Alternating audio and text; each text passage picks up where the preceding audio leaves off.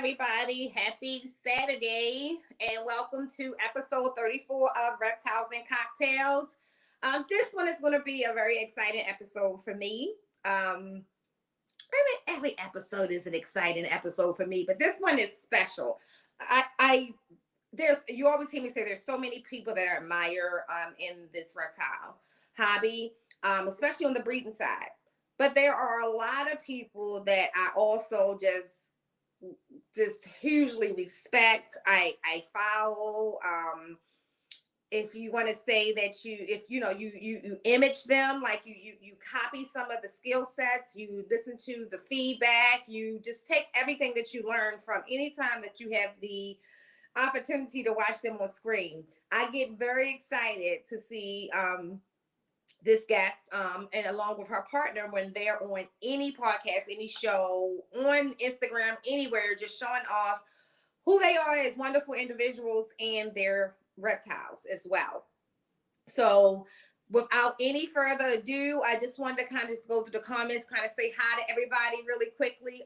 Bosa is in the chat, but Bosa is also in the back doing what he do for me, and I appreciate him so much. We got 843 Exotics in here. Welcome. Was really cool seeing him last night on Handout Friday. Showing off with some of his snakes, and we're actually setting a date. And I don't know, did we set the date? But we got to figure that out. For him to be on Reptiles and Cocktails, we were already talking about that as well. And then of course we got the family T and Keisha Keys here. He said, let's go, Dee Nicole. We got KG in the building. The other side of the bomb, or you say the igniting of the bomb, or the bomb itself, and Dee ignites the bomb. I don't know. The other part of the explosion. The equation. And yes. It is not a bomb into. It's not a project until you put a bomb in it. Elias, welcome, family. And if I missed you, please forgive me, but I'll catch up with it. Nay. Hey, Nay. Hi, Tammy. I think Tammy has been returning consistently. I think Tammy came through Dom. So thank you, Tammy, for just, stepping in and watching and continue to coming back. That means that you're liking what you see, and I'm glad. More things and great things to come. Kai Lucas Landon. Hey, Kai, another one who does amazing things, very knowledgeable in this. And Ray from Alluring Serpents. Hey, Ray. Great guy there. And Sound. I was going to ask Elias. You on it, bro. I was going to ask. Can y'all hear me? You know that was coming.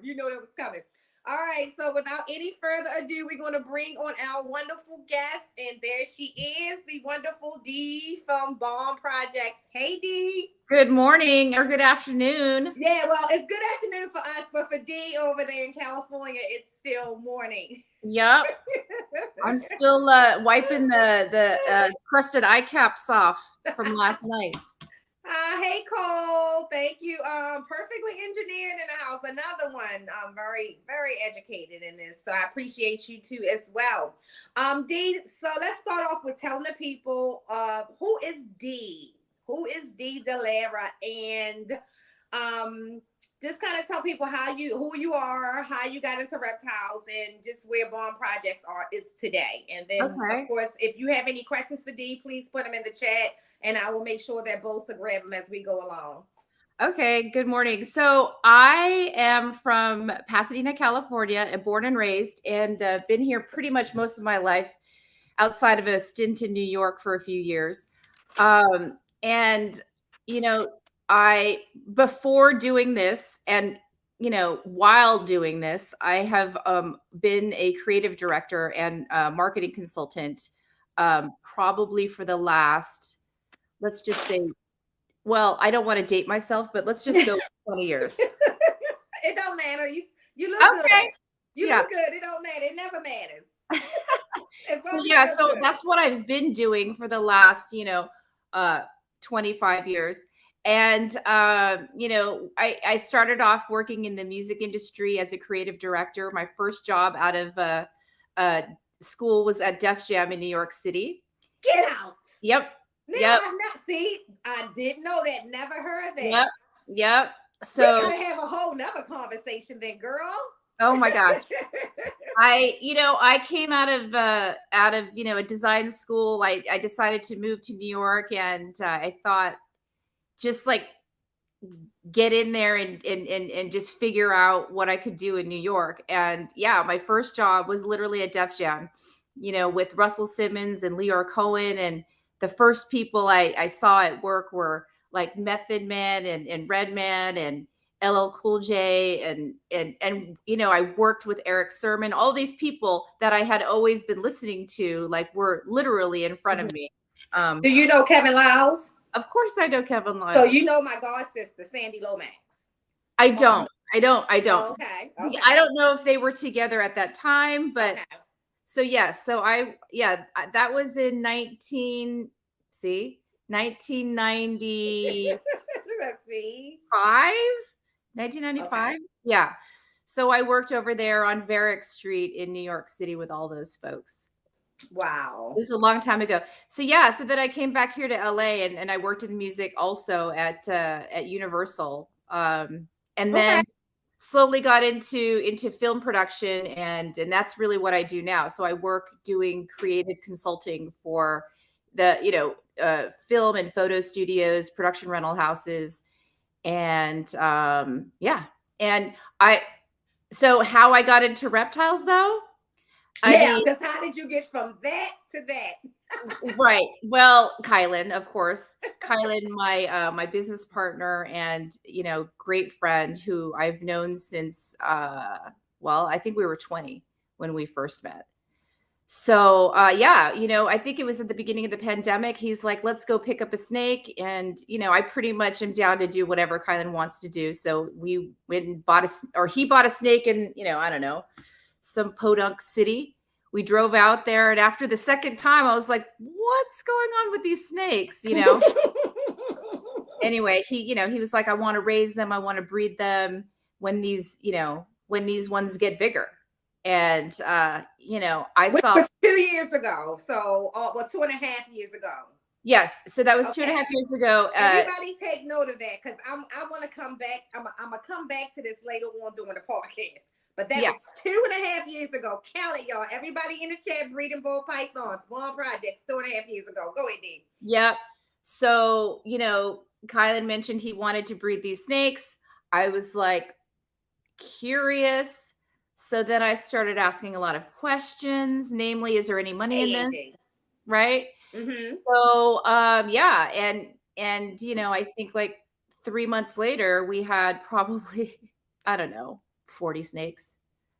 And yeah, it is what it is. Now we've got 300, right? So honestly, at the beginning, I didn't really love snakes. I didn't even love reptiles, So here we are. And I at the beginning, I wanted to only buy adult females. Like I was like, well, if we're going to do this, we should get straight to the fast lane. Right. Okay. And so we've made a lot of mistakes, which, I'm happy to go through. Yeah.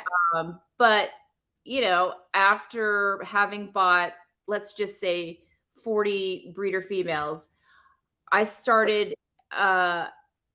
really enjoying raising up the little ones. Right. So, and watching them grow and then, getting to the point where they're breeding now on their own, right? Which is just so exciting, right? We just had a clutch of a baby that we grew up. I think that's the first one that we.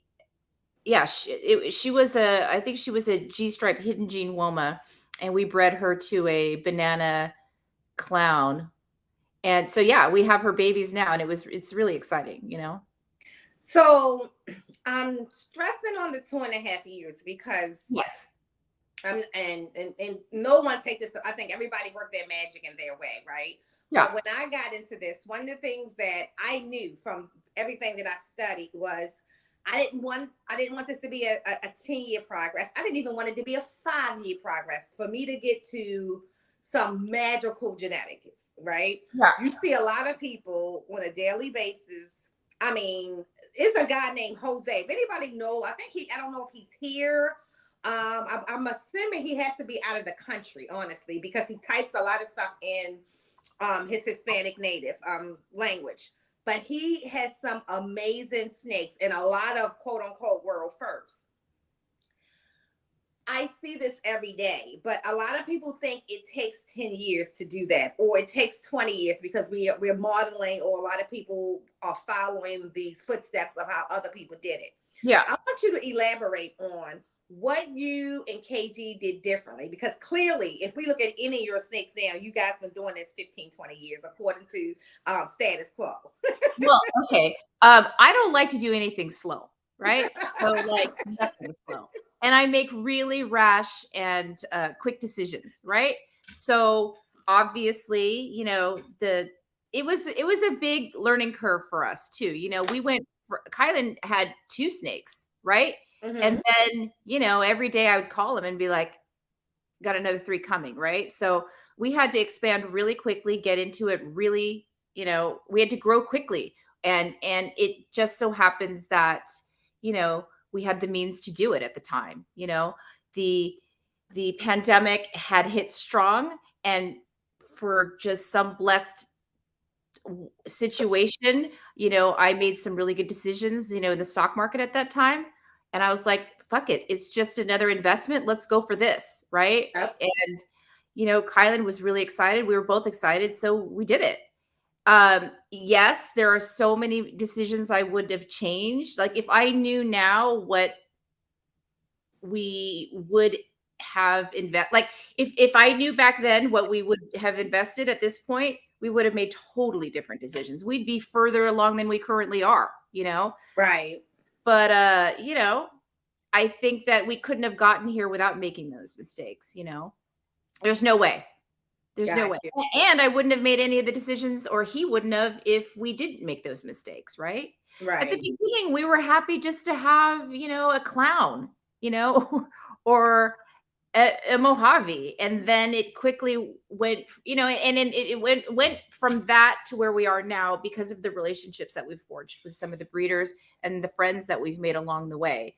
I tell Kylan all the time, every time I talk to Mike, it gets me into trouble, right? I talk to Mike, I talk to my friend, to Scott from Insane Clown Pythons or Morph Magic or any of these people. And we just get into more trouble, but good trouble, right? Because, it gets us, deeper immersed into the recessive genes and into stacking on the codoms that at the beginning would have been a pipe dream. We thought initially that, a snake that was 1,200 was completely insane to be purchasing. And now, that's something that we're making, Got you. So. Well, I mean, I think that too. We kind of go, like we said, only a Mojave, like only a spider. I still think the spider is the most, I don't care what nobody say, one of the most amazing snakes ever created. It will always hold a value to me. It's the second snake I fell in love with other than a normal ball python. Right. But it holds so much value to me in its single gene form. Yeah. And when you start putting it with other things, it makes it even more amazing. But we can't forget the Mojaves, right? We cannot forget the basic genes, the cypress, the basic genes that created all of these amazing things that we're dealing with now. Yeah, not at all. Yeah, we still breed our spiders. And, we have spider, mixed with ghost. We've got, we've got it throughout our collection, and we're not going to stop. When we vend a show, those are the snakes we sell because they're the prettiest, really, and when they really are. So, and for some reason, we've never made a spider that's had a wobble, for some, I have no idea how we dodged that wobble bullet, but we sure did. We've got other snakes we've made that have a wobble, but right. Yeah. Exactly. I don't know how that every time you breed, you're taking a chance. I know it's one of the things that I say the biggest transition for me is getting into the breeding side is that I don't like animals to die. Like when I tell you, animals dying is like it's a whole funeral around here. Like it's 7 days of mourning and everything. And I was sharing with Ozzy had said to me, you know, that's something that you're going to have to like get big. It's going to happen, Nicole. Like it's going to happen constantly, you know, as you go throughout the years, different things that causes death, immediate stillborns and stuff like that. And he was like, you got to get yourself strong enough for that if you're going to be successful, because these things are going to happen. So when you mentioned earlier, you mentioned about wanting to start off coming in buying them all as adults, and then you said no, I want to raise them up as babies. And you know what happened then? You went from the person who didn't really care for snakes to this extreme lover of snakes. And I think for anybody to breed the magic that y'all are breeding over there in Vaughn Projects, the extreme love for the snake has to come first. It can't be, I just want all adults to create babies to sell. Because I'm going to tell you, the hard part for me is creating babies and then having to sell them. Yeah. Right? You know, especially when it's that cute little baby. It may not be the most expensive baby, but it's the cute little baby and you still have to sell them. So that's something that was key that you said. And then it was something else that you said. I said that's where the transformation from reptile breeder to reptile keeper owner comes in, because you start to have a passion of, yes, there are breeders. Like I have boas that I still let the breeders know, still send them pictures years later of what their animals look like today. Right. And I do that because I assume that they all are like me. They created these babies, especially boas, you know, and it's hard to breed boas, number one. And then you breed them and you ship them off to this girl that you don't even know. And then you wonder, well, I wonder how that baby doing. Right. So I think that's important. Yeah. You also mentioned this, and I want you to elaborate this on, because this is something that I don't talk a lot about, but publicly, but I do like with like the usual suspects. But I want you to talk about it, because I will tell you that my life today is just like a breath of fresh air. But it would not have happened if someone didn't have stocks and investments. Whether it's me, my company, whatever, you know, it wouldn't have happened in this magnitude.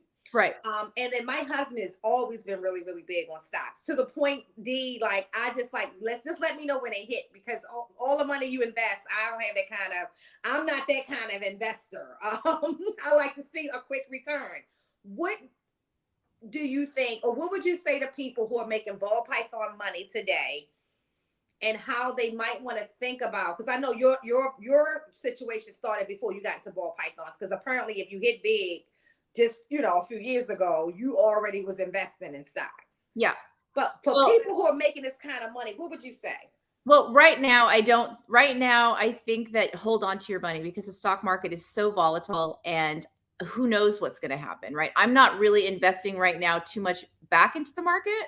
Right. And, you know, because of the volatility that's going on right now, I think that 2 years ago, I was like, I mean, every single day it was crazy what was happening. You know, I'd be like, oh, it was insane. Mm-hmm. And, you know, so I don't know. I think that, you know, I think there are other opportunities out there right now that make a little bit more sense. Mm-hmm. You know, so I think, you know, maybe they're like real estate investments that you can make that have more of a long-term effect, where you know, purchase a piece of land with a long-term lease on it, you know, say for a, I don't know, a Starbucks or a Right. Walgreens, something, you know, somewhere out in the middle of nowhere.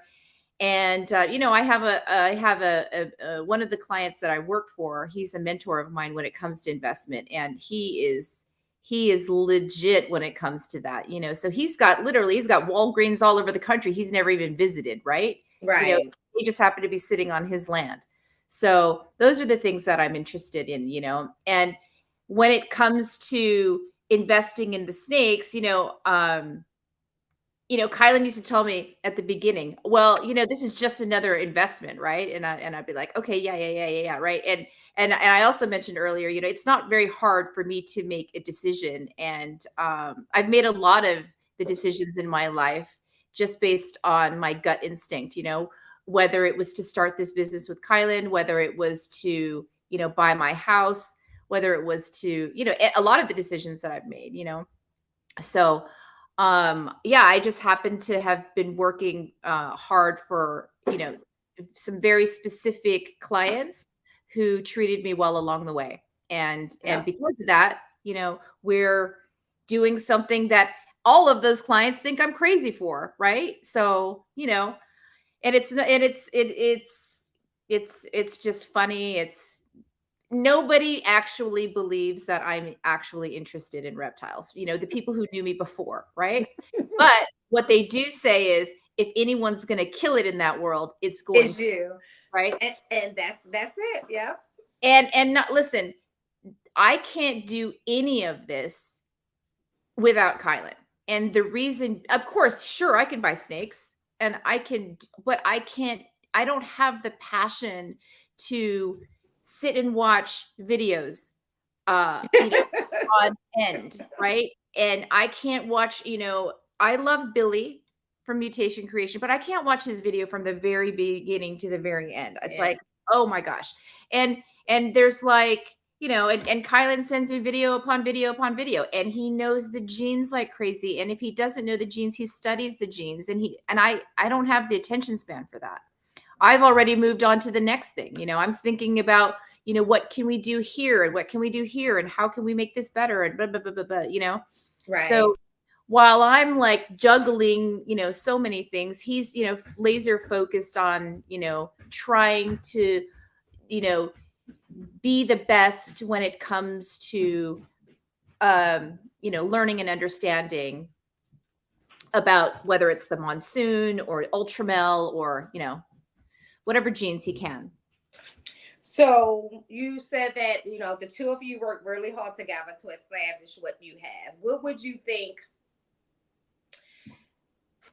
let's say if this was 15 years ago, just use as an example, what would you have said to, well, let's go back even, because we're not going to talk about age, right? Let's go deeper. Let's assume that if we went 40, 50 years ago, you would have been a baby girl or a young girl. I wouldn't have been born. Well, okay. Yes. All right. So all right. So we'd have been younger. What would you have said to, because one of the things that I beat myself up about is for as long 32 years dealing with ball pythons, right? Specifically ball pythons is where I started. I love reed ticks, but ball pythons were my thing. I never in none of that time ever understood or let's say comprehended that there was a financial aspect of it. Even as I was buying snakes, I'm not thinking, okay, the person I just bought this snake from or the pet store I just bought this snake from, they know where there's hundreds, of snakes and they can sell them. But what I can tell you is I'm like a lot like you. Our backgrounds are similar but a little different. But I came from real estate in a different multifamily housing. So I was a regional property manager and a partner of the company that I worked for. So you had real interest, when your partner, it was like, it was my company. You couldn't tell me it wasn't. If people who worked for me and worked underneath for me, they would crack up at some of the decisions that I would make, or they would try to make it. I'd be like, look, we ain't making that decision because it hurts the company. So unlike any other job, it wasn't just the job. But coming out of that and getting to what I'm doing now, like you talk about the risk factor. It's another gamble because you deal with a lot of that in property management, real estate, and stuff like that, and different investments.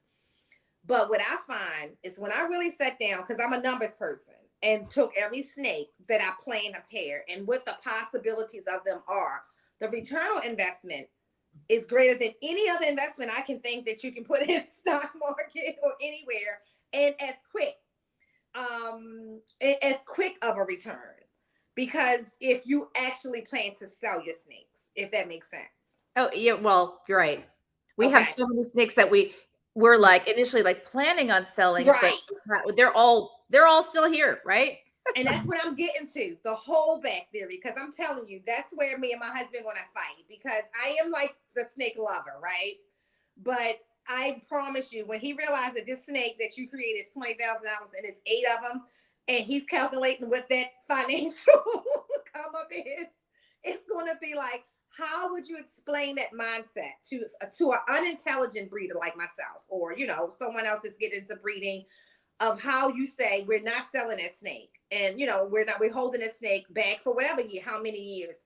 How do you calculate that financial value? Well, it's difficult also listen, in the end, you get very emotional about the stuff, or not emotional, right? Like, so when we have a clutch, of course Kylan is always like, we're going to keep this, right? And I'm looking at it like, we need to sell this is it, right?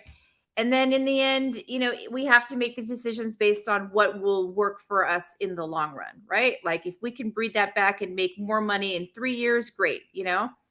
But what I've found, and I think Kylan would agree, is that when we look at our rack, right, we Mm-hmm. realize the snakes that we had held back or are holding back are now no longer they're not holding that same space that they Value. held a year ago, because we've produced something that's like, beyond that. And not only that, but they're now it's still taking up space, and we are still having to feed that. And the feeding situation is serious. Yesterday Kylan was feeding all the adults at the reptile house, and I fed all the snakes here, and at 3 hours each, and we were still not done. Right. So you I know love Antoine's response right here. He said, "For me, if I hit a male sunset puzzle, I could easily sell it for 60K right away. And my husband's antenna went up, but right. I can make $500,000 off his babies in 2 years, and that's it." Yes. Yeah. So that's it. So literally breaking it down, but that's the same thing we do with real estate. Like you say, I'm Yeah. gonna buy this Yeah. house, and I'm gonna invest, or maybe not. Maybe I'll put some capital in it, maybe I won't. But you don't look at the value of that house today. You look at Right. it what it's going to be 10 years from now.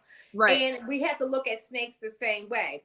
And I asked you to go into there that realm, Dee, because when we're going to get into showing off some of these snakes. And if you guys don't follow Bone Projects, first of all, you must go to Instagram now and follow. Keys can tell you, on Hair Down Fridays, I'm always wondering, when is Bomb coming in with the snake? When is D coming in with the snakes? When is KG coming in with the snakes? Because I think, for me, there's a lot of magical snakes out there, but your snakes still stand out. I don't know, what did you do in that 2.5 year period? What genetic? What is that one gene that got you here today? I think we got extremely lucky. As I mentioned earlier, I don't know, like, from the very beginning, I was obsessed, right? And I started going crazy on the morph market, and I didn't limit ourselves to purchasing here in the US, right?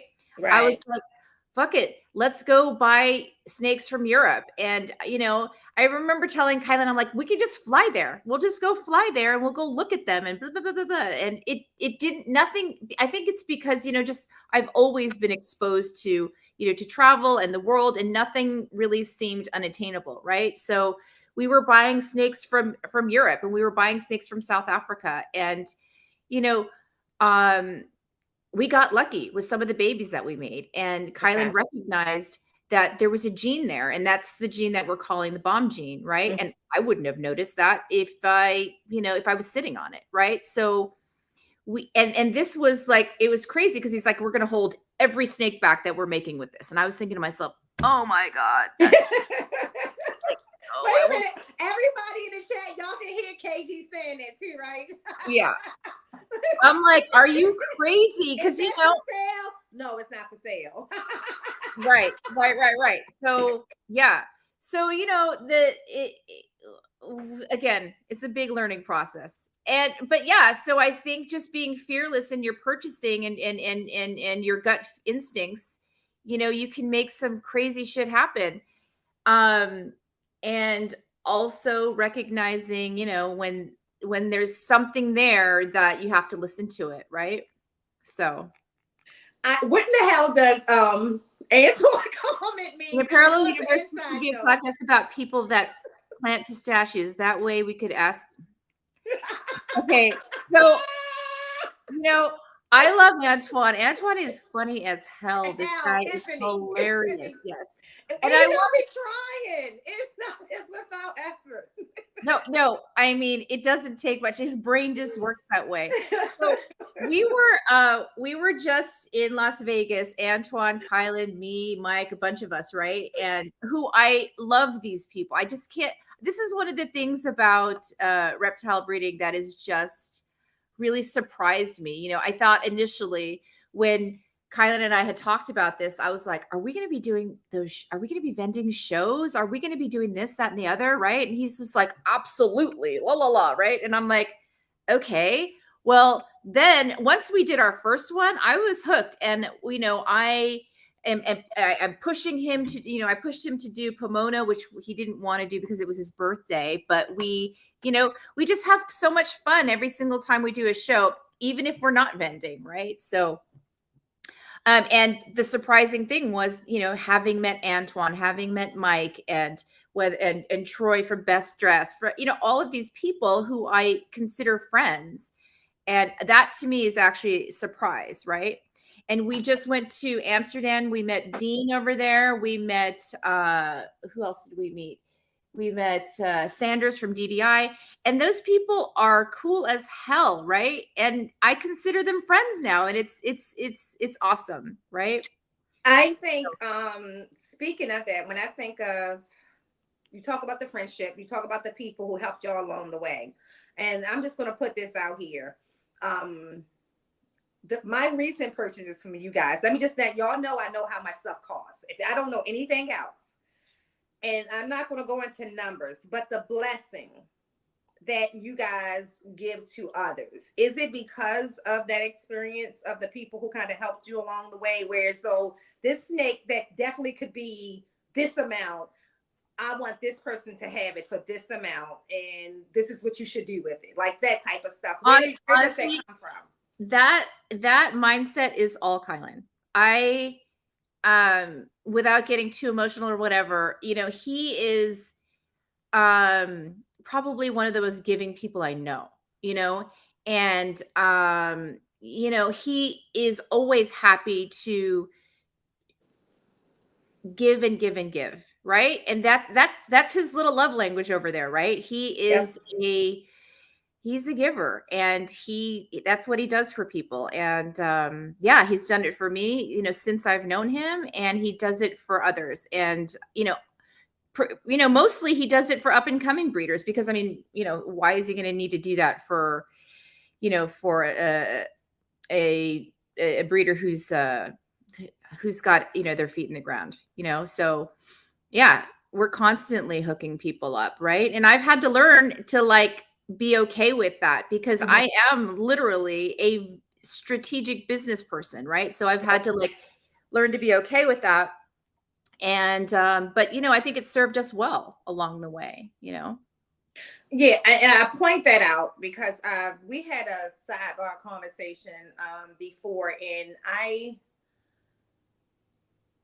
somebody say they would do something, right? And it sounds all good, and you don't even, you know what I mean? You don't want it. It's not, you're not even expecting it.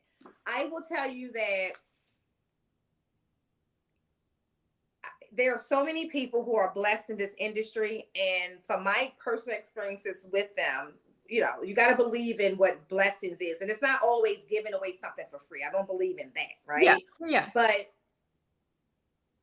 I think I said to Keys, my last transaction, the one before that one was almost, you might as well give it to me for free. And you said you don't want to get emotional. I said to my husband that day, I said, babe, no, you don't understand. So I go on off market, right? Because sometimes I got to break it down for my husband. Yeah.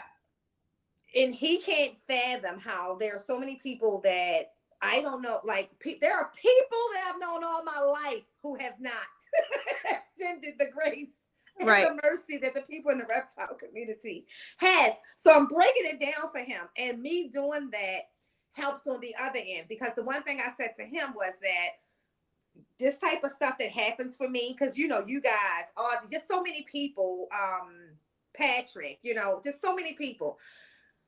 I want to make sure down my road that I Yeah. remember that, and that I find a way, definitely it's about a profit, but to also give that same generosity and blessings along the way. And so therefore the trip to Tinley, like someone actually said to me, do you realize how much airplane tickets are? And I said to them, yes, I have to book a lot recently, right? But do you realize, to me, like, how much of a blessing that would be for someone to just be able to get a flight to Tinley, to experience Tinley for the first Yeah. time, whether they're a snake owner or not. And I truly believe that when you start to think about things that way, down the line, it will definitely reward you. I mean, Antoine, like so many people, I can look at my rack and I tell my husband all the time how blessed I am knowing the people that I know in the hobby, making the connections that I've made in the hobby. And the blessings that, because of you guys, in the next year or two, I'm way further ahead than I would have been if I had to if I had to do it differently. And I Yeah. appreciate all of that. And if me, my husband is the generous one, right? I'm the one in the background always saying no, no, no, no, no. So I know that the both of you have to come to terms with what that price is going to be. So I wanted to say I appreciate you. I appreciate Kai. I love both of the animals that I have here, and I can't wait to get the two to come. But they are like, y'all, when I tell you perfect animals, sometimes you buy breeder animals and they just kind of, don't adjust well. They adjusted well. They're eating well. I fed both of them, and both of them took frozen thawed. Oh, wow. Okay. The Wow. first time. So I was saying to somebody the other day, I don't care where my snakes come from. If I can get them to take frozen thawed, now I have frozen thawed ASFs and I have frozen thawed red. So if you were Yeah. giving them ASFs, of course I would give them a frozen thawed ASF. But both of them, believe it or not, took frozen thawed reds. Both of those snakes that you had were eating live rats. Okay, So because I was yeah, like, they took it with no problem. I was yeah. like, I'm surprised about. I don't know. I mean, we only feed live here, so I don't know. How, yes. but I do know that we wouldn't sell a snake that isn't eating, right? So yeah, I know that those ones were legitimately strong eaters. Yeah, but I've experienced it where, somebody would sell a snake and I guess even the travel, like they wouldn't eat. Like Yeah, I always wait 7 days anyway. But yeah, I'm telling you, your snakes, they were like, shh, girl, give me here. right, right. And they're beautiful animals. So I just wanted to say, and I'm saying to everybody in the chat, I can't speak for everybody in the reptile world, but that day on KG and D are man and woman of their word.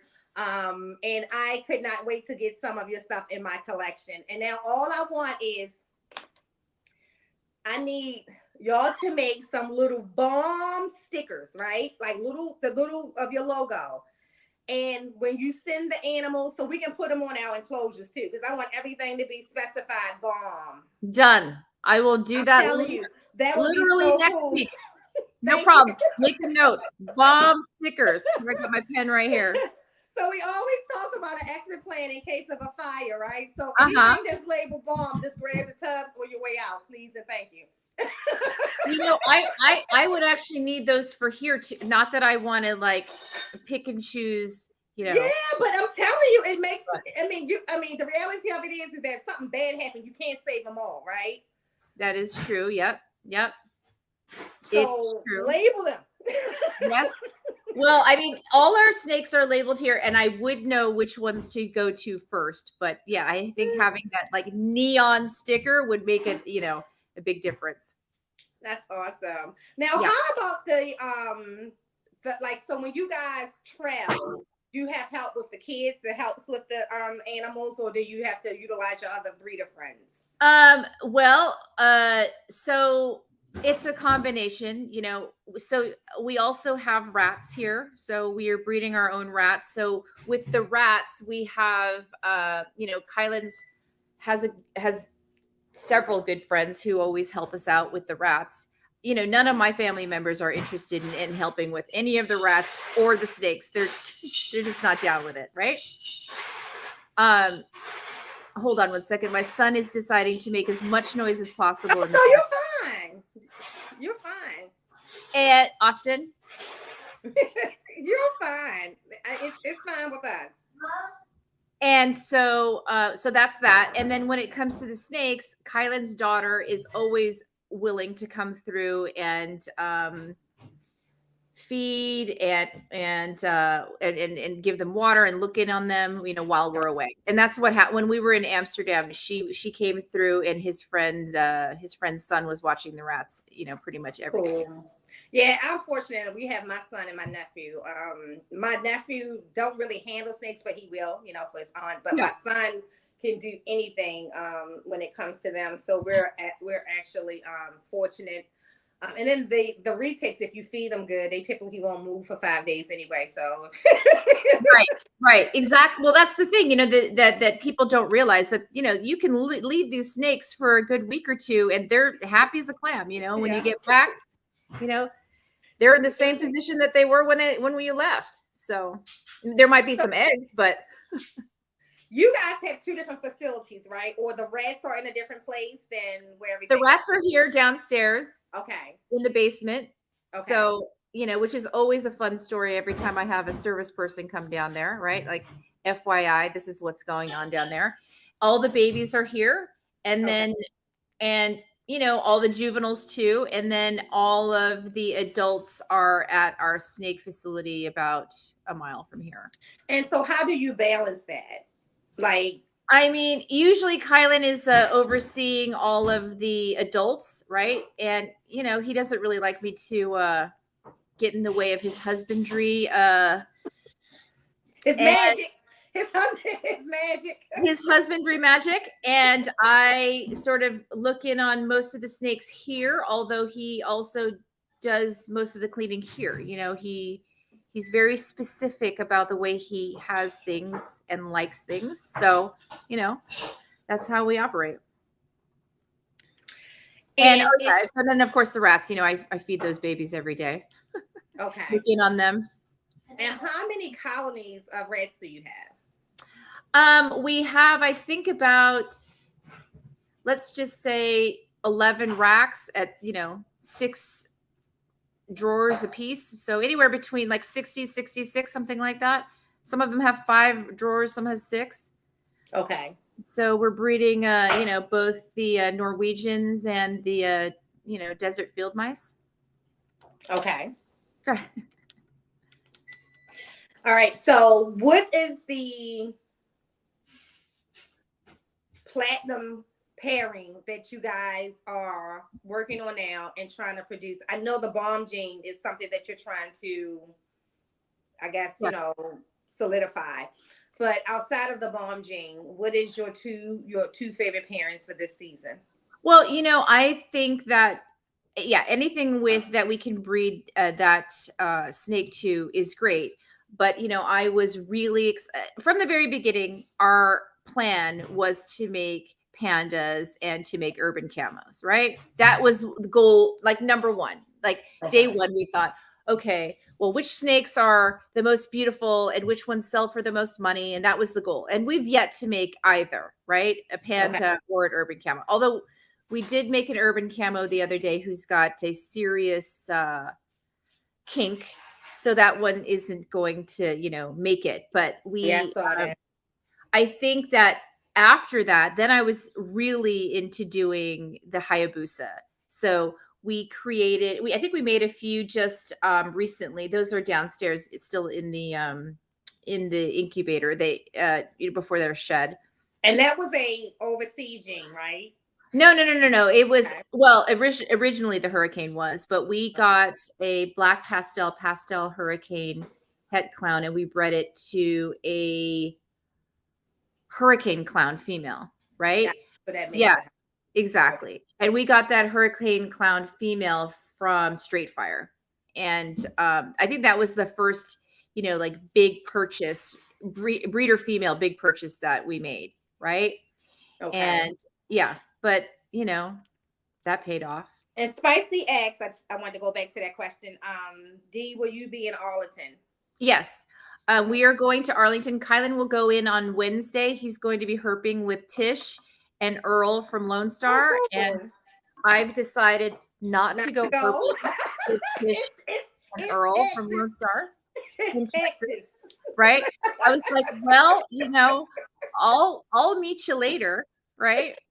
So yeah, so I'll be there on Friday, and If we'll be. y'all make it back. I will be there.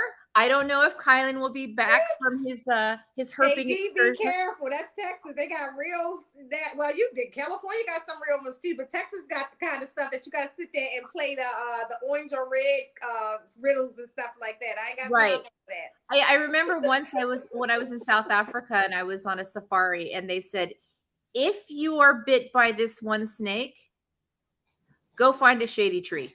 I was like, oh, good. Like, that will be the last place you will be, right? So obviously I didn't need to find that tree, but yeah. That is too funny. Yeah. What is your favorite part of the hobby? Like, what is it that you love the most? Honestly, it's the people, it's spending time. Oh, thank you. No, thank you. Okay. All right. Oh, it's delicious. Okay. Thank you. I think, as I mentioned, the relationships that we've made with people, is what keeps me going. I love the friendships that we've made along the way. And obviously, of course, the snakes that we make. Like I can't believe that we are, making the snakes that we're making. I just can't, from where we were at the very beginning to where we are now. It's unfathomable, really, for me. But just when you see there's a hole on the morph market, you're like, well, this hasn't been made and this hasn't been made, so let's make it, right? And then you can make it, right? And then all of a sudden you have world's firsts, right? But someone told us at the show in Vegas the other day, like, what's going on with your snakes? Like, why are they so much prettier and brighter? Are you like cleaning them or scrubbing them in a different way? And I think that, I just think that we're lucky and we've made some good decisions. Yeah, I definitely.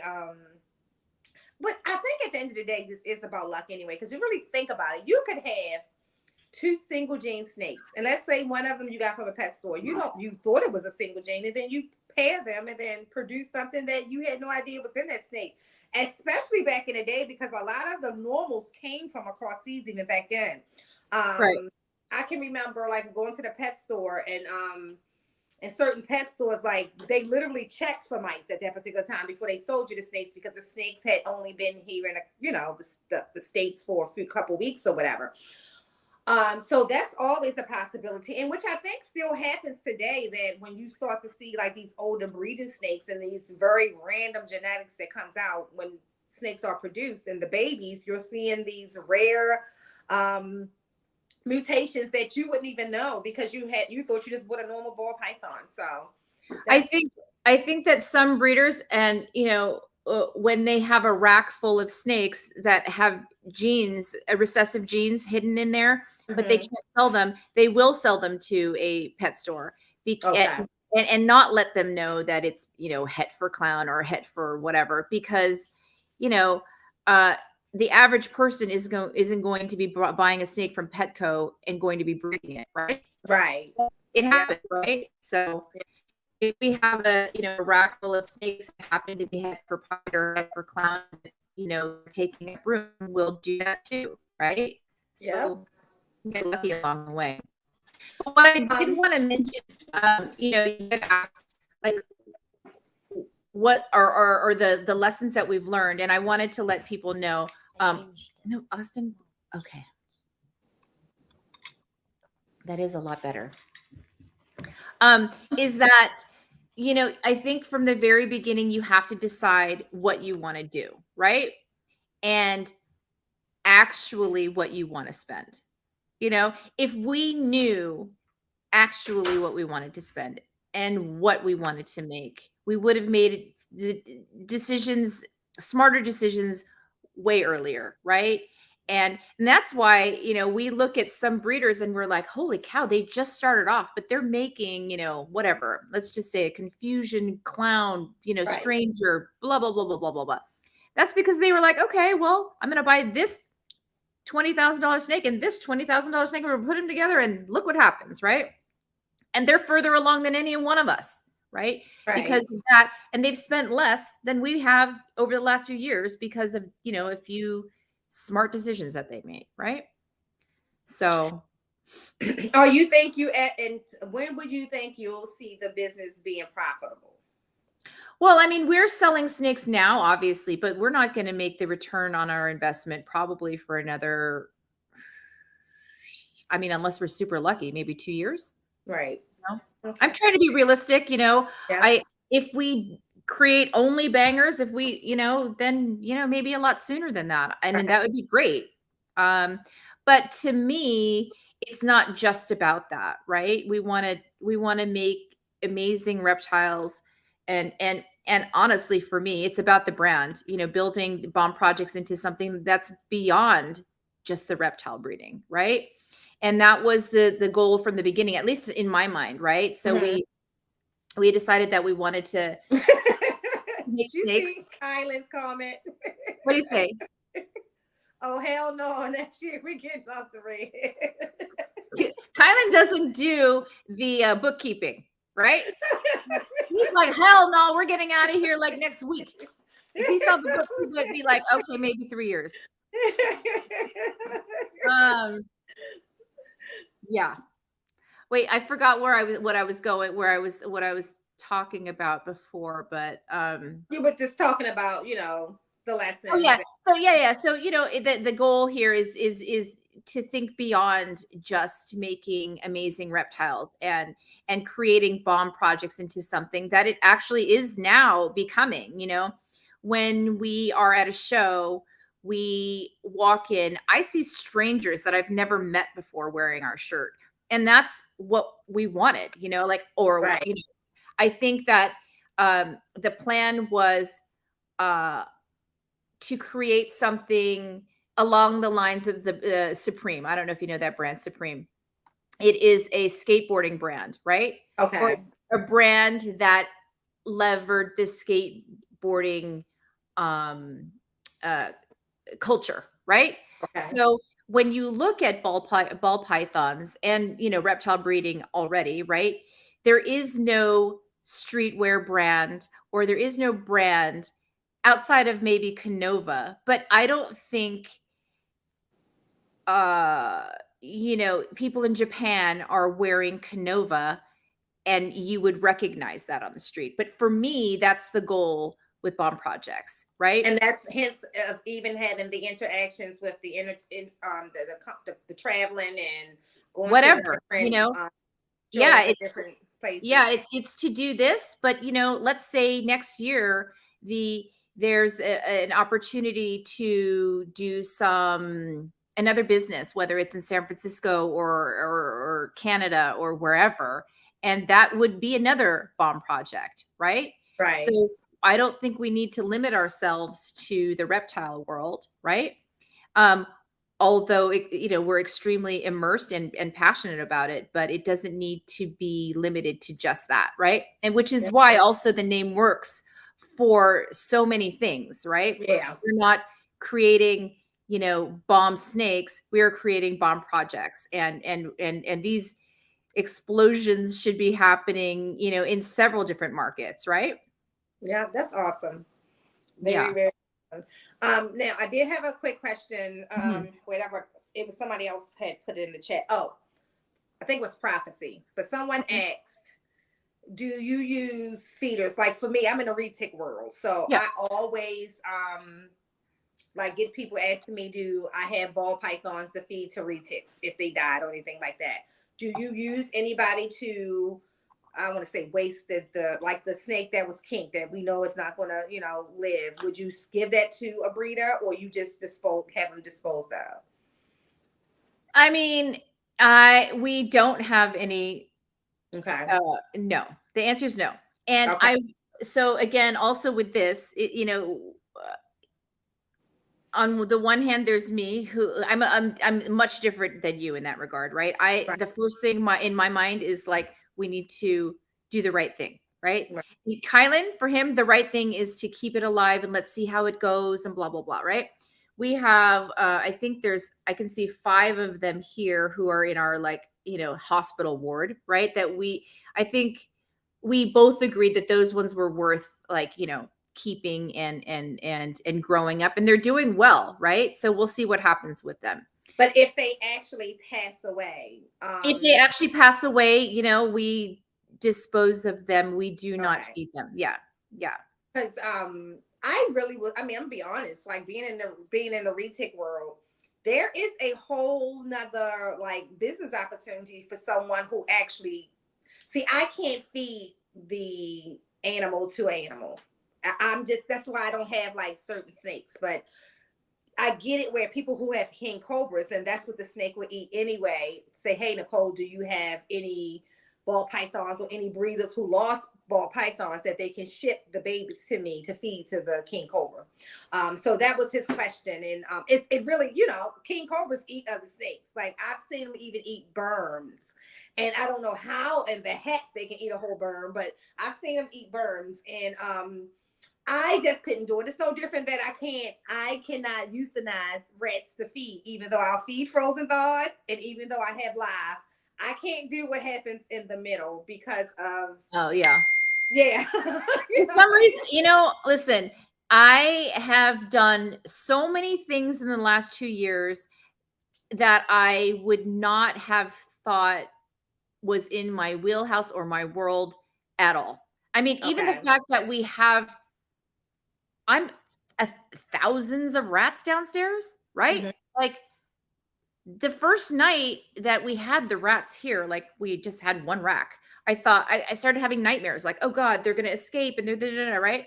Now I'm like, we need another rack. We need this, I'm like so practical about it now, but you know, and I'll euthanize them. I will do that. And I will force feed or assist feed the babies. I end up doing a lot of that. The stuff that I thought, or I always thought that someone else would be handling it. Well, Right. it's me. Yeah, I say that every time I remember the first time I actually had to deal with one of my retics tooth. And I laughed so hard. It was like, I cannot believe I am sitting here and I am playing in the retic's mouth because that was the one thing I said I would never do. I think I saw Weston Winter and he had to pull a tooth one day. I was like, yeah, that won't ever happen. But then COVID happened and the snake had damaged his tooth. So you couldn't get into the vet like, yes, tomorrow like you used to.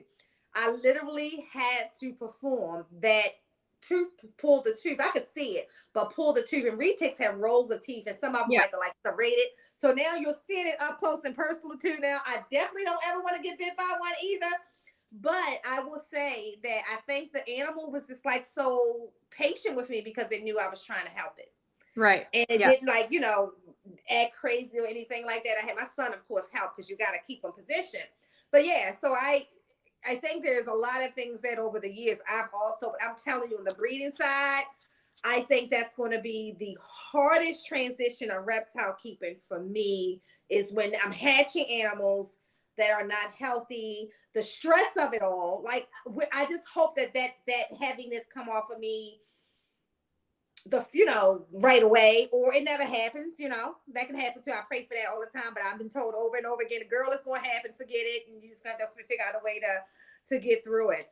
I think that we got a snake once. When it came, we thought, oh, is this a respiratory infection or whatever? And the breeder told us, why don't you just take a needle tip Q-tip or tweezers and pull out. There's probably some substrate in his nose. And Kyle and I looked at each other like, what? We're not going to do that. But I tell you now, I know for sure that Kylan would do that now. And Right. he gives the snakes shots. I mean, still stuff I wouldn't do, right? But like, yeah, we It's grow. funny. Yeah, you have to learn, and I think you have to somewhat become not a vet because we're not vets, right? But you have to learn how to assist your animals, just like you assist your own children, Right. until Yeah. you need to take them to the doctor or something like that. I think that's very, very important as well. We had said my retic cool as a fan as long as you turn that food drive off. There's no way that you're not going to run into any of these things. In the first year of breeding, we had kinked snakes. We had, twins that didn't survive. We had eggs that went bad. We had, just so many things, and it's just a part of the process, right? And with any of those experiences, Dee, have you been able to identify like any incubation heat, anything that you could have done differently to not allow any of those things to happen? Because a lot of times we hear all the breeders say these things happen, but no one can have quite studied or figure out the why these things happen. I don't listen. If I said one thing, it doesn't really mean anything because somebody can say the other, right? I honestly, though, I don't think it's an incubation issue. I think because, we've had, let's just say 12 clutches in the incubator at the same time. And yet those, shark mouths that we had came from the same clutch, right? And they're I only think shark mouths are so cute. I know that it's not healthy for the snake, but I think they're the cutest snake. Well, we have one, that, I don't know if it's cute, but it's certainly drastic. And she's a monster eater, Okay. and, and she's gorgeous and she's going to make amazing babies, right? I don't think the babies will have shark mouth, but, I definitely think it's something that is only in the pieds or the het pieds, because we've only had it in our pied and het pieds, so yeah. So we talk about shows, and you guys do a quite a bit of them. A lot of traveling to them as well. Even if it's only 3 hours, that's traveling with with snakes. Yeah. Mm-hmm. Give me some of the pros of going to and doing the reptile shows and some of the cons? Well, the pros are, I think, obviously just meeting everyone that you can, right? And everyone you meet could potentially be a customer, right? Mm-hmm. And, I think that we've learned that, just, last week when we were in Las Vegas, we had two separate groups of people who came to see us after having met us in Pomona, right? They didn't buy in Pomona, but they came to Las Vegas, which is, a 3.5, 4-hour drive. But they were like, listen, we loved meeting you there. We want to see you here. We want to buy some steak. And they did, and those aren't breeders. They are people, reptile lovers who are going to the shows, right? Right. So they get to know Kylan, they get to know me, and they get to feel our dynamic. And I think that ends up working for people. They like, the dynamic between us, and our customer facing, is pretty good, So, and of course our reptiles, but the cons, I feel, it takes a lot of energy to focus, to divert, to divert from, like for me specifically, divert from my everyday life, which is, being a mother and being working, and then only focus on this. And I try and be so organized with this thing, but it's, and I think we've got it down, but it took 5 shows to be as organized as we are. And we're still not as tight as I'd like it to be. Okay. And when you go to Arlington, you guys drive from? Oh no, we're not going to vend Arlington and. Oh, you're just going. Okay. I was like, that's no. We're just going to hopefully just meet more people, hang out, see snakes, hopefully not buy anything, but probably will, and and just, meet people like you in person, right? And spend more quality time, forging these relationships. So, and you know what I thought about in our conversation the other day? So to Colin's defense, I think that's what he was talking about. Initially, I was coming to Arlington. But then my husband said, no, let's go to Antigua. And so we decided not to do Arlington because we're leaving for Antigua. So Colin probably thought I was going to be in Arlington. Okay. Yeah. So Yeah. that's Yeah. the only way I think he got that mixed up. But No, yeah. no. I think when I had I said, "Hey, we're gonna ship Nicole snakes today," and he said, "No, she's gonna be here in LA next week." I said, "Oh, okay," and she's gonna come through and she's gonna look at our collection. I'm like, "Okay." So I assumed that you guys had a conversation about that. So, but I But I didn't. will be there the first week of October. Right, and at that point, we will do those things. Yes, I will be there. Actually, I will be in San Diego twice. The first week in October, then we come back, go to Tinley, and then in November, I'll be in San Diego again. Yeah. Okay. Well, we look forward Yeah, to so I seeing get you to see y'all all twice, times. hopefully, if you guys There are you not go. busy. Yeah. So speaking of rat racks, did you build your own rat racks or you have ARS? Oh yes, I build them all by hand. No, not at all. So I was we getting ready to no, no, say, no. No, initially, no. We had bought our first a first rat rack from some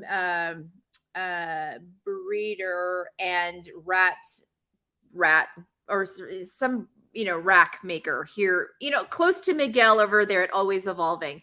So we bought that one, and then Kylan quickly saw, okay, well, I could make these for cheaper and better quality, in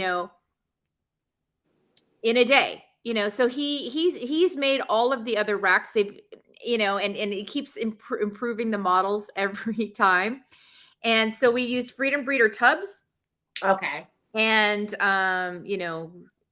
he makes all of the racks for us. Awesome.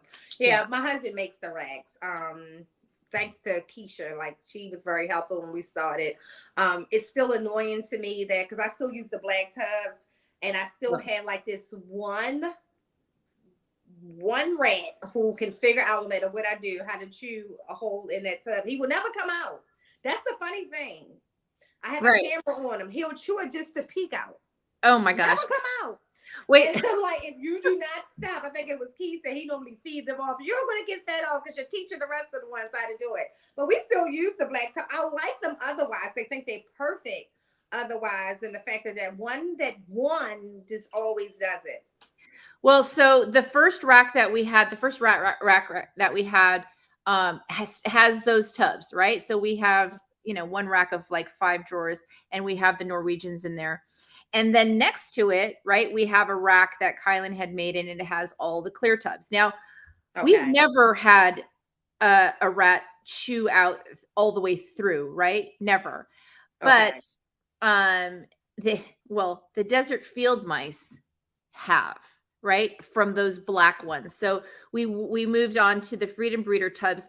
But what I realized recently, maybe over the last 2 weeks, when there was that heat wave here, I mean, it was like 105, 10, we lost a bunch of the Norwegians. All the others were fine, but the ones that were in the black rack were fine. The ones that were in the clear rack were, I think, more I don't know, somehow they got hotter, Yeah. Wow. Yeah. So maybe that helps in a way. Okay. Keisha said we started putting mechanics cloth over the little keyholes in the black cement tubs. Mechanics cloth. I guess I got to see what that is. I've been using so I think it was Chris from BNS. So the great big old clips, Keisha, binder clips, and putting it over that hole, and that definitely helped. But this one figured out how to go in the place where the little hole is not even there. I don't know. Ours, like we just, I mean, the rack that we have, the drawer pushes through, so it's covered. Like this, the rats can't even get to that hole. So, got you. All right, so Dee has some snakes close by that we would like to see some of the boom snakes over there. Okay. Well, so do you want to see your snake first, or? Sure, why not? Okay. So I put these all aside here. This one here. Here, let's see. This one is 8 yesterday. Okay. That's the male or female? Honestly, I don't know if this is the male or the female. Okay. I wish I knew. Yeah. I didn't label. I have them labeled Nicole. So, you know, here I Wait a have. minute, Dee. Thank you for labeling them because your partner will probably have them going out the window. No, I'm messing with you, KG. You know, yes. Last week I sat here with Kyla and I'm like, we need to go through all of the snakes that don't have a label. It's driving me crazy because it gives me anxiety, right? If they're not labeled, because then I'm just too much can happen, you know? Right. So yeah. I pulled out the Mandarin Pie, the female that we have growing in the rack. Okay. She's awesome. Yeah. I don't know if you can see how burgundy she is. Pretty. Yeah. Oh, wait a minute. Hold on. I don't know if I know how to put D on solo. Let me try. I think I got it. Boom! I did it. Good. I wouldn't know how to do that, but but we're learning, right? Yep. So there Beautiful. You go. Yeah. That's the Mandarin head pie or the Mandarin pie. And she's looking in the camera like, see me, see me. So what, so we're going to try and make some super mandarin pies. We've got males and females, and she's probably about, let's just say 700 grams. Okay. Yeah. So let's give her another year and a half. If we're up to Mike, it would be done, by December. Right? Okay, so this is like one of our lucky clutches that we just hatched. Ooh, Ultramel what? Yes. So this is Orange Dream Desert Ghost Ultramel. Let's see. Mm-hmm. Healthy as a clam, loves to eat. That is beautiful, and it's so clean. Yeah, it's actually not my favorite from the clutch. I think my favorite actually doesn't have the Ultramel, which is I don't know. I think because it's a lot cleaner and it doesn't have the oranges. Let me pull that for you. Okay. Miggy said, "Did y'all get her from TJ?" No. Which one? The Mandarin Pied? The Mandarin Pied, Miggy? Which one? No, we produced the Mandarin Pied here. And although we did buy some snakes from TJ, we bought a Mandarin het or Mandarin Clown. Yeah, Mandarin Clown from TJ. We bought a 1.1 from him at, I believe it was Arlington last year. So okay. So here's the Desert Ghost, Orange Dream Desert Ghost Het Ultramel, right? That's so you can see the difference.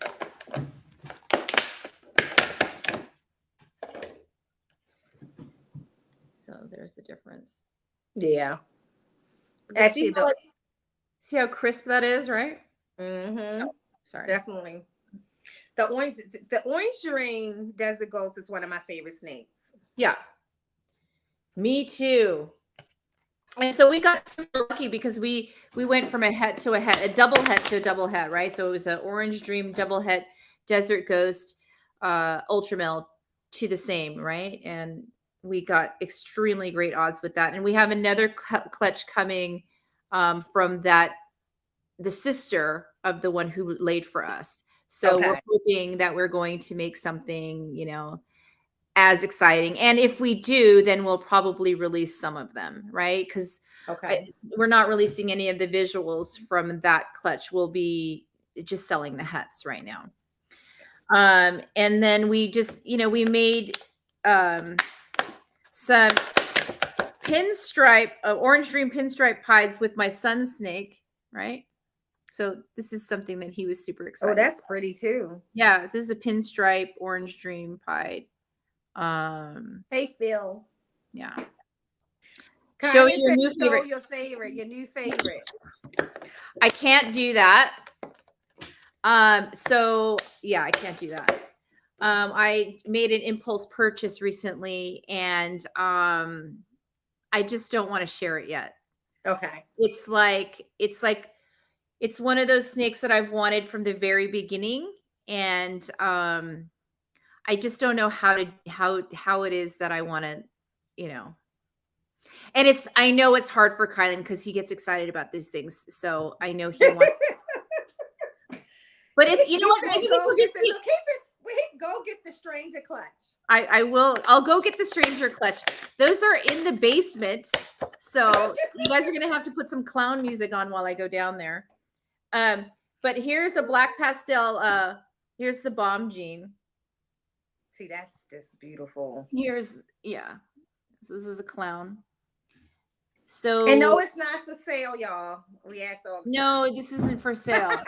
And I'm going to show you the same snake without the black pastel right next to each other. So my son named one, I think, well, he named one chocolate and he named the other one Nutella, right? So this one's chocolate and this one's Nutella. Let's see if you can see. That is just gorgeous. Yeah, they really are pretty stunning. You know, we have, like I said, we've been lucky, right? Mm-hmm. So when you start so how many clutches, and it's the same thing I kind of asked about the Blue Ghost to Big D. When do you realize, okay, the gene is real and you will start to sell some of them? Like, what is that process? What does that look like? How do I visualize to get in line for my bomb gene? 5 years from now? I'm sorry? 5 years from now? No. I don't think it's going to be 5 years from now. No, because some of the, well, actually, I guess we need to wait till the females are big enough. But I'm going to guess everyone in the Hair Down Fridays is first on the list. You know, I'm just going to guess. And because honestly, you guys have been the most supportive, right, when it comes to that and to blowing up that gene. So I appreciate that. So yeah, I don't know exactly how it's going to work. Obviously, we have to wait for a female to get big enough, right?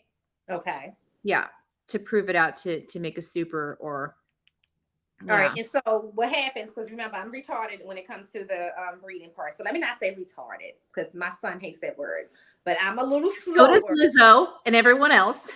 I'm a little slower. Uh-huh. With the female grows up, you produce it, and then the babies come out with this same bomb gene. Yeah.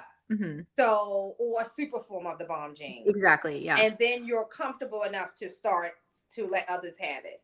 Yes. And honestly, we don't know what that looks like yet. I mean, there's no way that we can. We just know that it is not something that we've seen before, right? Okay. Yeah. Yeah, and it's definitely one of my favorites. So yeah, you know, I always put myself. This is how it works with me, Dee. When it's something I really like, for example, Sick With It has had me on a list for his ultramale female for 2 years now. Because that's how long I wanted to wait for his particular ultramale line. Because I do believe that different people produce different forms of certain genetics. So therefore, like a bomb gene. So let's use orange ring, for example. A lot of us own orange ring, but you know when it's produced by Ozzy. Yeah. Right? You can see that snake and you know that it was produced by Ozzy. And I think that when it comes to certain genetics is that, especially when I see it, because that's the first thing that attracts me, because I'm just getting deeper into what gene is what when it comes to ball pythons. Retics is different. I could tell you all their genetics.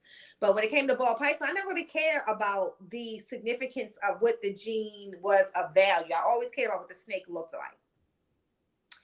And I can see one person's ultramale and it's like, oh, it's ultramale. And then I remember the first time I saw Sick With It, and I'm like, what is that? And he said they were ultramales. And I'm like, I've seen ultramale. And I would go back to that original version of it. So I waited all this time for his because I think it's, I want what I want. Yeah. But I think also when you talk about tapping into, like, I'll give AJ FNA balls, like, and I'm not putting, Jay, I'm not putting all your business out there, AJ, but he's another one. They create snakes that just look very unique, like I never had any interest in the nanny gene, but everything somebody mentions nanny, I was on Morph Market trying to look at different nannies and stuff like that to get a better understanding of how it works with other combos. But I love to see people create a very unique animal for themselves. And with that being said, do you still feel like every time that you guys, let's say it's not even parent, your parent out generation, so you're like this, let's say the second generation in most cases for you, so you're now on that second generation growing up those babies from the first set of parents, do you still get excited? Like, do you still feel like I haven't seen everything yet? Or do you feel like, look, after we created the bomb gene, whatever happens. Like, how do you feel when you're cutting now? I know Kylan is just he's just off the rocker. But how do Dee feel still? No, it's funny. I feel like, I think we're both super excited about, any clutch that we cut. Like, even when it comes to a spider, like, we talked about earlier, right? Mm-hmm. Seeing just the sheer beauty of it is, it's crazy, right? Just to see, nature, obviously, and what we're doing here. So I don't think we'll ever get tired of it, right? I mean, seeing the black pastel with the bomb gene and the clown was really exciting. I mean, I've never seen anything like that before, right? So we'll continue doing it, whether it's in Ultramel, whether it's eventually in Monsoon or in whatever, we can just keep creating these, explosive projects, right? That we are proud of. Okay. And I need to chime in and say every text or DM or message that's coming from my name is from my son who's in the other room trying to just be funny. So I really, so whatever he's saying, I don't even know. I see a few of these things and I'm like, oh God. Anyway, my 10-year-old is in the other room cringing at this. Wait a minute. So before we end this, you have to go get the stranger clutch. Okay. I will go get the stranger clutch. Go put on the clown music right now. Keep yourself on the, what is that, star mode, right? I'll be right back. All right. Okay. We're going to put, and we'll go ahead. I'll do this. So let me put solo for it. All right. So since I'm solo right now, hold on. Let me do, first of all, if anybody is watching this from Facebook, please come out of Facebook, click on the link. It'll take you to the YouTube channel and you can subscribe to the YouTube channel and you can watch this video and be active in the chat like Lekka, AJ, KG, Keys. Hey, Kent, everybody in the chat, you can be like them and we can see those comments. If you're commenting on Facebook, we can't see it on Facebook. And thank you guys for being with us this afternoon. Like I said, Dee is with Bond Projects, and Bond Projects is definitely one of the magnificent breeders out there. Like, I can't believe that it's only over 2 years with them, but it is inspiring because when I share the whole vision that I have, the best proof in the pudding is the people who are doing it. And I'm surrounded by a lot of people who are doing it and doing it well. So definitely. So let's see where we are on Facebook for subscribers today. The last couple of days, you guys did really good with subscribing. And all right, we had 966. So that's 34 more subscribers. So if you are watching, be it social media, on Facebook, Instagram, or YouTube, or Twitter, please share this out and let's get those 34 more subscribers before we hit out to the islands. I would love to give a flight away before I catch a flight. Amen. Amen. Let me get me off of here. All right. So Dee's back with the stranger clutch. Okay. Well, I don't know how I'm going to be able to do this. Let me see. I'm going to put you back on solo. Hold on. Is that we can see him real good. Yeah. We can see him real good right there. Okay. Why do they look so big? Maybe it's the camera. It is it's the camera. So I'm gonna see if I can bring them closer to you. Okay. Right. Well, it was eating good in the yolk. That was some good old yolk. Well, this one is the banger of the clutch, I believe. Let me see. All right. Guys, and for those of you who are watching who are not breeders and you're just like friends of mine who, know about the ball pythons and you come here to support this channel, this is the beauty of ball python breeder right here. She created these babies. Look Well, at I that. didn't quite create them, but You know what I mean. right. Right. So yeah, these are the clowns that I'm showing you right here. And what is the one that's right there, Dee? Doesn't look like the rest of them. It looks like Orange Dream a little bit. Right? Nope. Right. It's sliding right in the middle. It's the only one that looks different. Nope. Right. Yes. Oh, I'm not quite sure what that is. I wish I knew, right? I wish I knew. Because it kind of gives you a little OD little bit, but it has a different pattern. Let me think for a second. So who's well, I know the dad, the mother, Kylan will chime in. He's on the live. He'll let you know. Special clown. There he is. See? Kylan really helps, huh? I like this one, but it doesn't have stranger at all. And it's it's super pastel. Move it back this way. Yep. Beautiful. Yes. That's pretty. So wait a minute. Kent Beers. Didn't some of yours have super pastel in it too? That's beautiful. Let's see. Woo! Does that have chocolate in it? No chocolate. Oh my god! I believe this is the one that Motley Pastel is what Kylan is saying. Oh, Motley. Okay. And I think that the snake was originally sold to us as a possible Motley. It was a pastel stranger het DG het clown.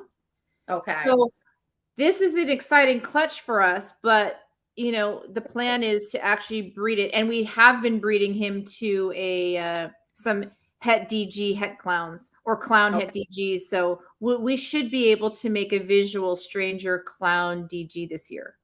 Okay. Beautiful. Yeah. And how many was in that clutch? There were 9 eggs and 0 slugs in this one. Yeah. So this was really exciting. So I think this year, this is one of the most exciting clutches that we've made to date.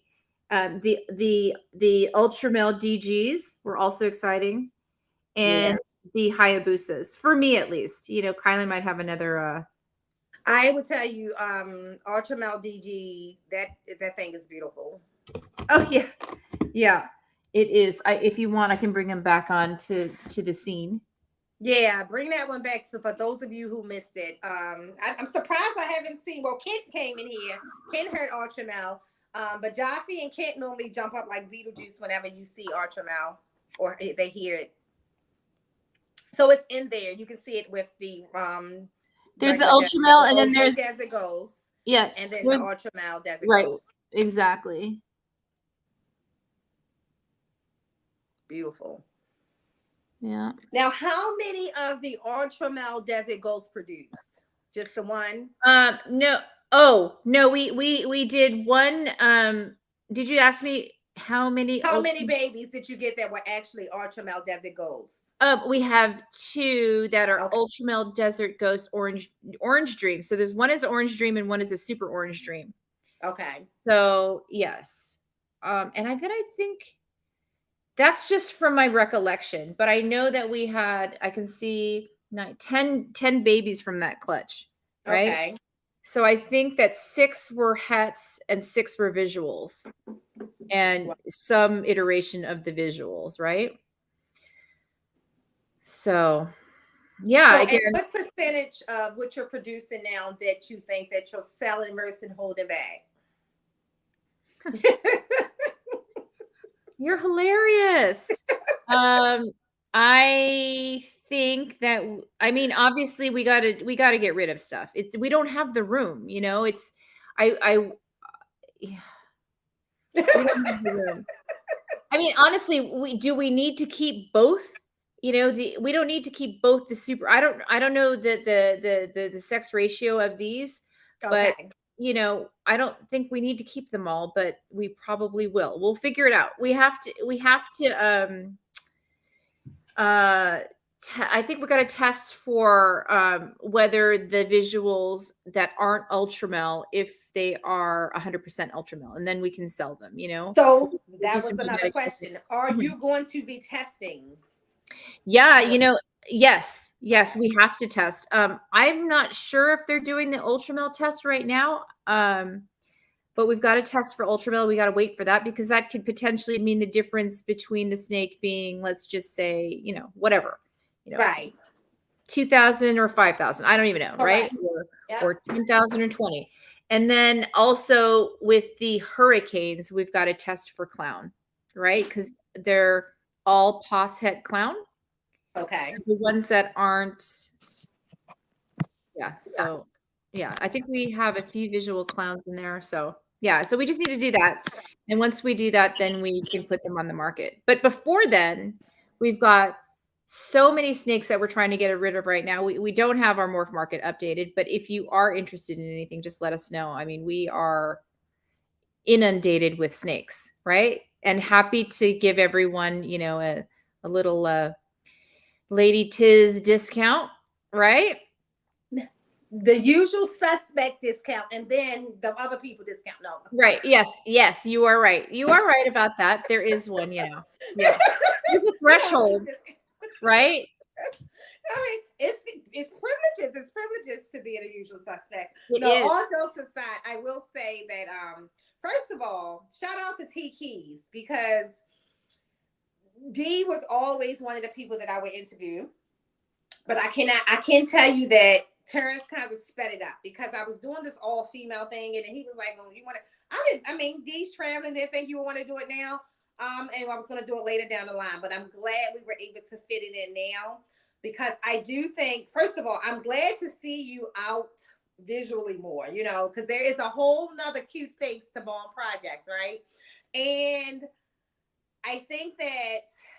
And I'll go back to when the first time, I think the first show I saw you do an interview on was MJ's. Mm-hmm. And in that interview, I learned more about you, right? Like, so I think even on like Hair Down Fridays, you're there, you're doing your thing or whatever, but you always, I think yours is super busy all the time. But that was the first time to hear you sit down and talk. And it was a couple more after that as well. But anytime that I get like the D's on my show is a privilege because I think that you both are very humble. I think you are way humble beyond what humility should be. But I will tell you that we need the D's and the KGs in the community to make us what we are today. So I appreciate that, and there is a reason why I'm not on the open it. On the Hair Down Fridays. It's, to me, there's so much testosterone on that. I'll bark back. I know. I just can't. There's so much, and it's like, and also, I feel like if Kylan is in a situation, I don't think there's really room for both of us in that sort of, I agree. I'm like that with my husband. Like if we could be in the same place, like even at Big D's last year in Tinley, once I realized that he found his people, yeah, I'm normally in the other. I think I was raised that way though. My dad was kind of like that when and guys, females, I know we so feminist today, but I don't take this the wrong way. My dad grew up where as kids, if they were playing cards, for example, the kids were in the room, the women were doing what they were doing, and the men were doing what they were doing. And I think it just comes from that. But also with growing up with a lot of brothers, I'm very comfortable in those settings of testosterone. But I do agree that, yes, I can see what you're saying. If Colin is there, then there's no reason. We don't need all of that bomb in one place. Yeah. We have a very specific dynamic, and I think that he's comfortable in that arena, and I don't necessarily need to be there at the same time. Right. But when we do a reptile show, he's doing his thing, I'm doing my thing, and it works. So, but I appreciate everything that the Hair Down Fridays has done for us as a brand, for sure. I know that people know of us because of that a lot more than they did before, Right. So before we go, I wanted to share. So for the longest time, the usual suspects knew that I had custom t-shirts made for myself, but I never got anything made from a broad spectrum because I was struggling if the men would wear a shirt with my logo on it. And then everybody kept saying, yeah, yeah, yeah, yeah. So it was supposed to come here tomorrow. I thought I was going to be gone when it came. So as soon as I come back, I will ship out, starting with the usual suspects, your official Wow. Ladies Exotics t-shirts. Wow, And look some at that. y'all got hats and there's something else in there I ordered too. And then this is the back. I'm not Oh my slacking gosh. on the back. Wow. I'm not slacking on the back. That's awesome. You're definitely not slacking on the back or the front. You're not slacking anywhere. So I'm so excited. I Spicy, love you it. get your shirt first. You know what? I think also your next shirt should be literally the neon behind you. I would wear that in a second. A black shirt with that That's a neon good thing. idea. Because Okay. it looks like it could be kind of like subversive or maybe like I don't know. I think guys would So wear that was my husband's creation. One day I came down here to do the podcast and it was just there. And you know, he's really good with that creative eye for stuff like that. So I'm excited. Yes, GP, send me your P.O. box. Everybody, Instagram me your P.O. box. As soon as I get back next Friday, I will start shipping out shirts and hats, and hopefully the hats will be here by then as well. But I'm super excited about that because there's so many people who have asked, and I want to make sure that you guys get your shirts. And if you send me your Instagram and you don't have stickers already and you're requesting a shirt, I will try to send the shirt and the stickers at the same time. I got plenty of stickers, I think, still. So yeah. And I have a bunch of Bone Project shirts. So yeah, thank you. An amazing time, Tigua. Wait a minute, Dee. I think you're frozen a little bit. Oh.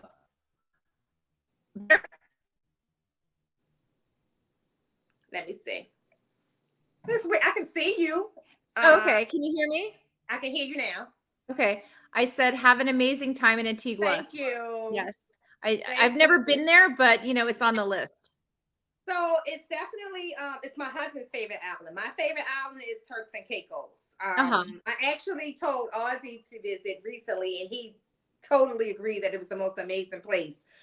Turks and Caicos is my favorite island, but Antigua is my husband's, and he loves the whole. It has a lot of adults only, like cottages and right on the beach, so he gets that vibe. So it's not the place if you want to go turn up. They do have like some nightlife, but as far as the resorts, Antigua is really reserved as a British country.